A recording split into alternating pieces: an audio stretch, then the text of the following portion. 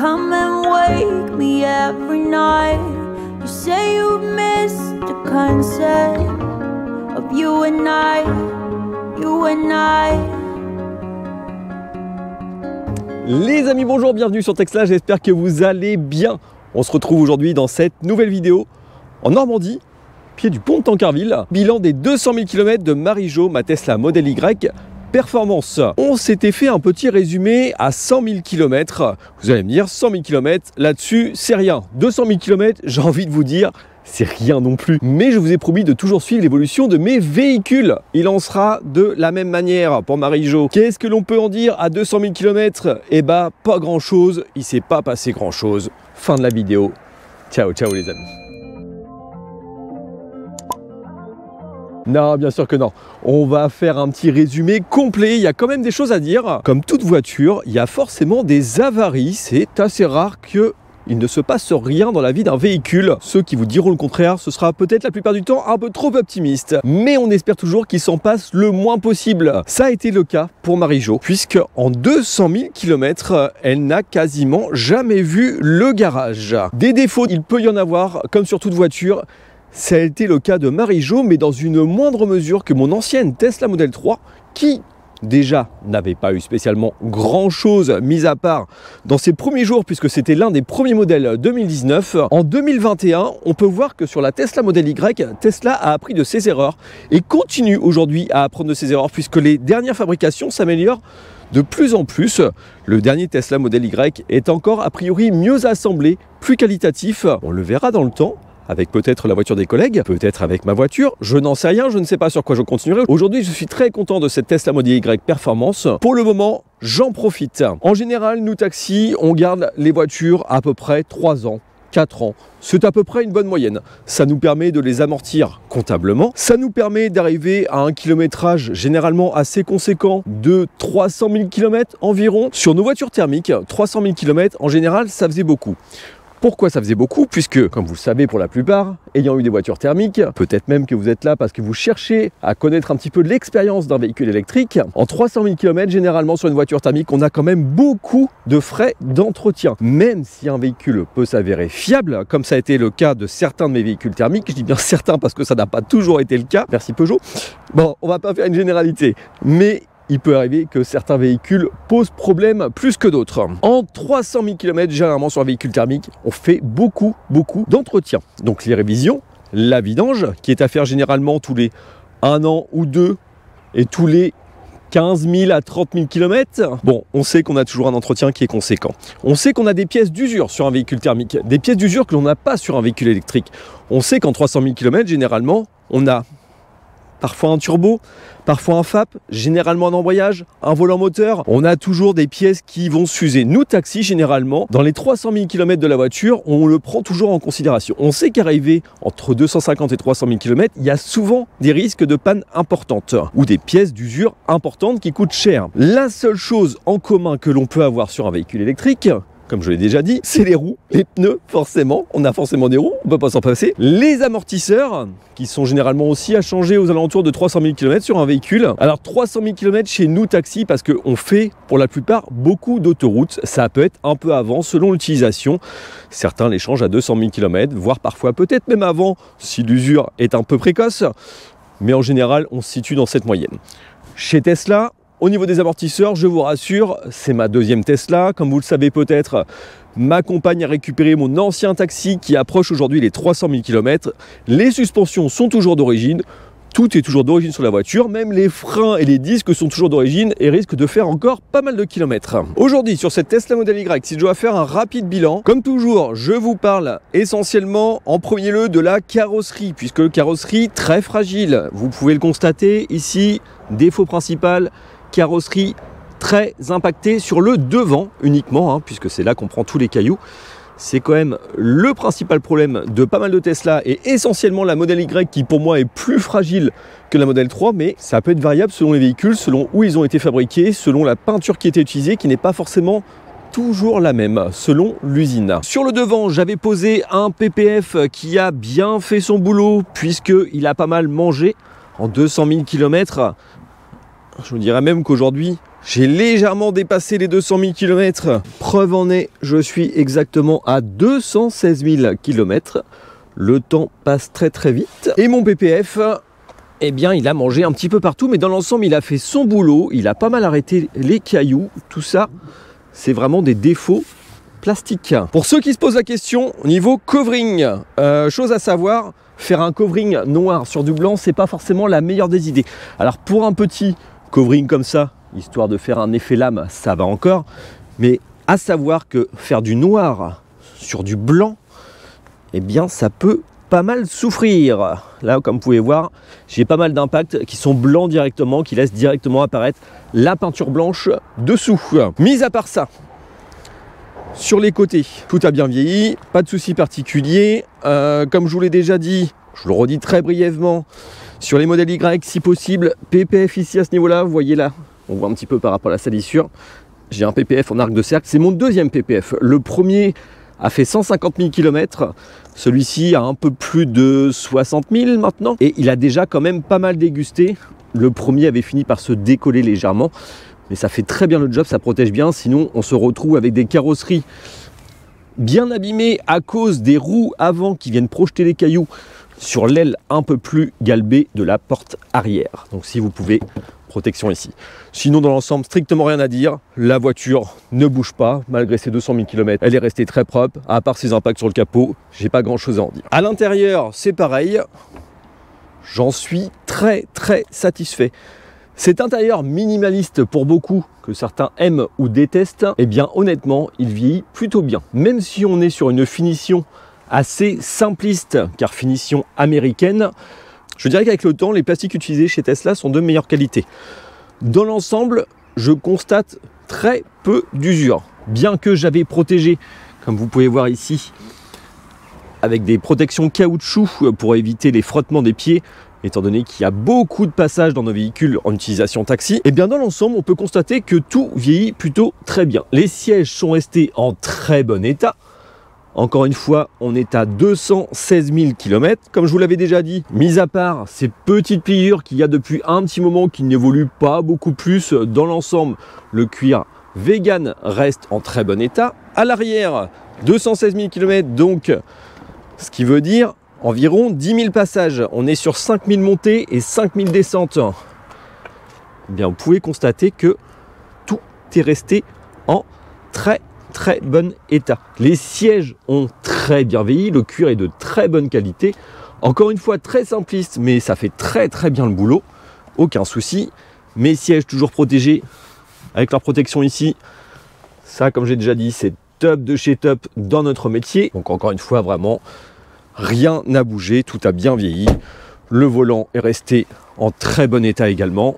Il n'a pas bougé, il est très peu patiné par rapport à mon ancien volant. Je constatais justement à plus de 200 000 km sur la modèle 3, il était bien patiné. Le volant, c'est un petit peu lissé, ce qui est tout à fait normal. Il existe des produits d'entretien, mais moi, c'est quelque chose qui ne me dérange pas du tout. Là, celui-ci, étonnamment, je pense qu'on n'est pas sur le même cuir. Je trouve qu'il a plutôt très bien vieilli. Idem pour la boîte à gants, qui était très rayée sur la modèle 3. Ici, la boîte à gants, on voit mal avec la lumière, mais elle a beaucoup moins de rayures. Elle résiste beaucoup mieux aux attaques parfois sauvages de certains clients. Non, vraiment, tout a super bien vieilli. Alors, au niveau des interventions qu'il y a pu y avoir sur cette Tesla Model Y Performance, je précise Performance puisque c'est une perf, mais c'est à peu près la même chose que toutes les Tesla Model Y. D'un Model Y à un autre, il n'y a pas grand chose qui change. On est à peu près sur les mêmes technologies adoptées sur le véhicule. Comme vous le savez peut-être, j'étais passé des jantes 21 aux jantes 20 pouces. Tout simplement parce qu'il est beaucoup plus facile de trouver des pneus en 20 pouces. Là, actuellement, je suis monté en Michelin Cross Climat 2. Et très clairement, c'est mon deuxième jeu.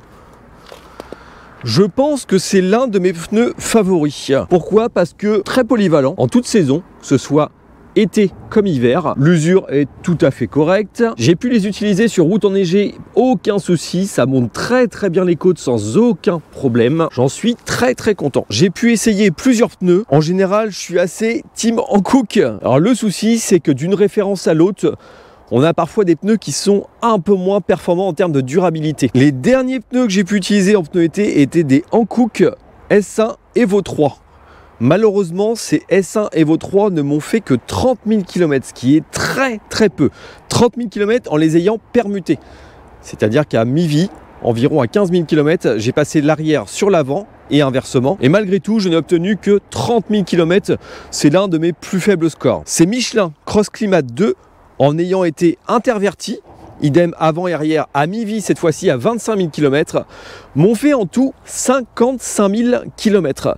55 000 km pour un véhicule de ce type, c'est franchement pas mal du tout. La plupart du temps, on est sur du 75% à l'arrière, 25% à l'avant. Donc automatiquement, on a une usure beaucoup plus prononcée à l'arrière qu'à l'avant. Là, on est à 30 000 km environ. Il me reste encore de la marge, mais je pense très sincèrement que je vais faire entre 35 et 40 000 km avec le train arrière. Et je pense que je serai environ sur 60 000 km à l'avant.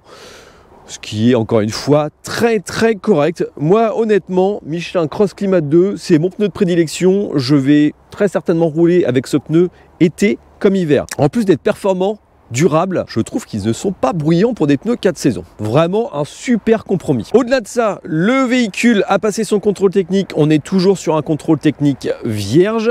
Mis à part un réglage des phares, c'est tout ce qu'il y avait. Rien à signaler. Les plaquettes et les disques d'origine sont toujours en excellent état. Au niveau de l'usure des plaquettes, on est à environ 20 à 30% d'usure, ce qui est vraiment très peu. Les disques, n'en parlerons pas. Je pense qu'ils feront la vie de la voiture. Mis à part ça, tout ne peut pas être parfait. Le bilan des 100 000 km, je vous avais dit que tout était parfait, mis à part un aileron qui se décolle et qui se décolle toujours puisqu'il a été recollé 4 fois et que très sincèrement, je n'en peux plus, j'ai laissé tomber. Voilà, ce fameux aileron, il fait que ça de se décoller, il ne tient pas. Là, cette fois-ci, il y a eu un essai à la colle à pare-brise et je pense qu'en fait, le moulage n'est pas bon, il n'épouse pas bien la forme du coffre, il tire trop et du coup il travaille et se décolle. Bon, là actuellement c'est plus sur les côtés. Je verrai si je le fais recoller pour une 5e fois ou pas, mais là je commence à penser qu'il n'y a plus trop d'intérêt à insister là-dessus. Mis à part ça, problème récurrent chez Tesla. C'est pas un problème très grave, mais vous avez peut-être déjà entendu parler des problèmes de triangle de suspension que j'ai eu 2 fois sur ma Tesla Model 3. Et bien sur cette Tesla Model Y, elle n'y a pas échappé. Malgré les années, malgré le fait que Tesla sait que les triangles de suspension sont fragiles et qu'ils étaient normalement censés utiliser des triangles renforcés, et bien à nouveau sur Marijo, triangle de suspension avant. Alors, avec une petite originalité. Chez Tesla, a priori, ils sont habitués à ce que ce soit les triangles supérieurs qui soient à changer. Là, cette fois-ci, ça a été les triangles inférieurs, ce qui pour eux est assez rare, a priori. Une facture de 300, je vous dis pas de bêtises, je vérifie, une facture de 311 €. C'est arrivé à 139 000 km, ce qui est assez honorable quand même. Quand on pense que la voiture n'a jamais eu d'entretien, on peut tolérer ce genre de choses. Les signes distinctifs, un bruit de grincement lorsque l'on passe sur chaussée déformée, sur dos d'âne, ça a tendance à couiner un petit peu à l'avant. Lorsque l'on tourne les roues aussi, ça peut avoir tendance à couiner un petit peu. Ah, j'allais oublier une chose que j'ai fait sur cette Tesla Model Y. Ah, le changement des filtres. Si, j'ai eu une toute petite avarie.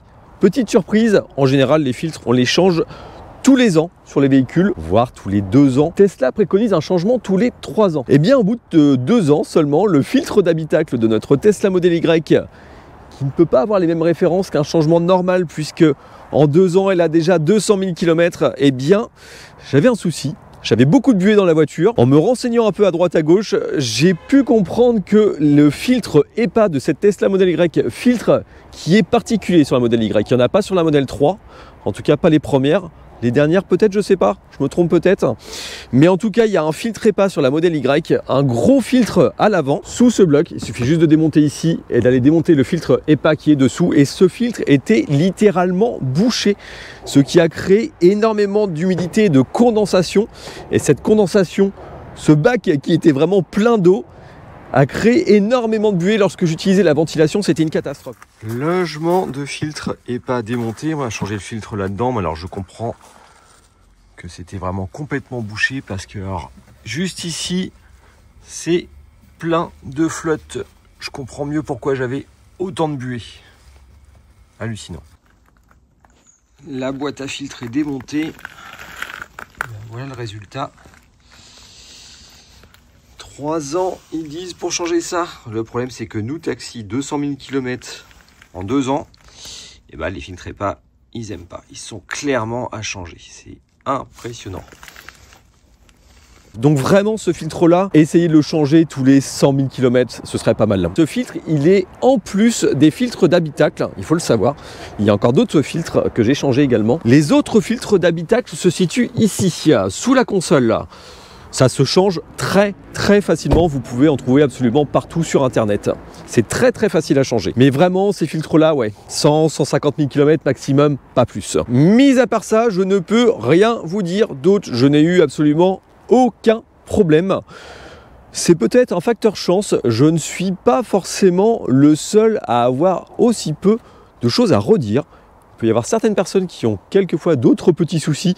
Ça peut être un grincement à l'intérieur du véhicule, ça peut être à nouveau ces problèmes de triangle de suspension qui peuvent avoir lieu aussi à l'arrière. Ça peut être également des problèmes de cloque sur le volant, ça peut être des problèmes de siège, problèmes de fixation, des petites choses comme ça, des petites finitions qui sont parfois un peu perfectives chez Tesla, mais encore une fois, ça s'améliore avec le temps. Tesla essaie de peaufiner ses véhicules et il y a intérêt parce que la concurrence arrive et la concurrence est rude. Allez, pour conclure, qu'est-ce que je peux dire sur cette Tesla Model Y? Eh bien, j'en suis encore une fois très satisfait, tout comme la Tesla Model 3. C'est un véhicule excellent pour notre métier, ça s'utilise très facilement tous les jours. On ne rencontre plus de problèmes d'autonomie comme on a pu rencontrer à une certaine époque. L'autonomie est vraiment derrière nous, dans le sens où des stations de recharge rapide, il y en a absolument partout. Donc je ne me préoccupe plus du tout de savoir si je vais pouvoir terminer mes journées ou non. La seule contrainte, c'est de trouver les 10-15 minutes qu'il va me falloir pour recharger les petits kilomètres qui va me manquer pour terminer ma journée. Alors encore une fois, c'est assez propre à chacun, ça dépend comment on roule. Mes habitudes de travail, c'est environ 300 à 500 km par jour, donc le manque n'est pas parfois très important. Il y a certains jours où effectivement, si je dois faire des journées de 600 km, là il va falloir que je recharge beaucoup plus, mais dans l'ensemble, ça se cale très bien dans une journée, sachant qu'on trouve des bornes absolument partout maintenant. Au-delà de ça, c'est un véhicule vraiment parfait pour le taxi. D'une part, de par son haillon, le coffre qui est très grand, on a beaucoup d'espace, plage là que l'on peut reculer, on a de l'espace sur les côtés pour ranger tout notre petit bazar. On a encore de l'espace dessous. Faut pas regarder mon petit bazar parce que je l'utilise bien, je l'optimise bien. Vous voyez, on peut même ranger un réhausseur, plein de choses. Ça descend assez profondément. C'est hyper logeable. On a de la place à l'intérieur.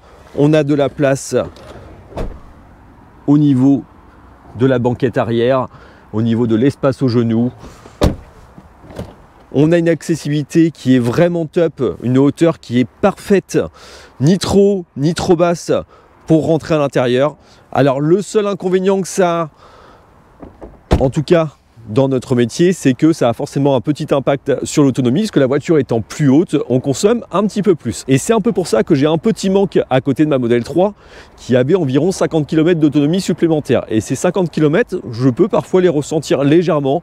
Mais encore une fois, avec l'infrastructure, avec les recharges qu'il y a absolument partout, on arrive à compenser. Est-ce que je reviendrai sur le thermique? Allez, honnêtement, je peux peut-être avoir le manque 3, 4, 5 fois dans l'année lorsque je fais des longues distances et que je dois parfois enchaîner une longue journée derrière, que j'ai encore du boulot par la suite, où là, effectivement, ça peut demander une gymnastique un peu plus casse-tête. Mais ces gymnastiques-là, au final, elles sont tellement rares dans l'année. La voiture me procure tellement de plaisir tout le reste du temps, grâce à sa puissance, sa disponibilité, son one pédale, c'est-à-dire que lorsque vous roulez en véhicule électrique, pour la plupart des véhicules électriques, vous avez un freinage régénératif qui est plus ou moins important et qui vous permet de rouler qu'à une seule pédale. Il n'y a pas de pièce d'usure, il n'y a pas de réparation, on ne passe jamais en atelier, on n'a pas de frais d'entretien. Rien que tout ça, c'est vraiment que du bonheur. Si on ajoute à cela le fait qu'on ait quand même beaucoup moins de pannes, beaucoup moins d'inquiétudes, clairement sur mes véhicules thermiques, je suis allé au garage plus d'une fois pour des pannes qui coûtaient assez cher. Là, clairement, j'ai vraiment jamais de crainte réelle. C'est un véhicule qui fonctionne bien en permanence. J'en suis extrêmement satisfait. C'est ma deuxième Tesla, il y en aura certainement une troisième. Peut-être qu'un jour je passerai sur autre chose qu'une Tesla, je ne suis pas fermé à d'autres marques, on verra, peut-être que les choses évolueront, peut-être qu'il y a des choses qui peuvent changer. En tout cas aujourd'hui je suis extrêmement satisfait de cette marque. Les amis, c'est tout pour aujourd'hui, j'espère que vous avez apprécié la vidéo. Si c'est le cas, n'hésitez pas à liker, commenter, partager, à montrer à vos amis que l'électrique pour un gros rouleur, pour des gros rouleurs, c'est possible. On peut tous y arriver. Dans tous les cas, nous on se retrouve très bientôt pour de prochaines vidéos. Ciao ciao les amis.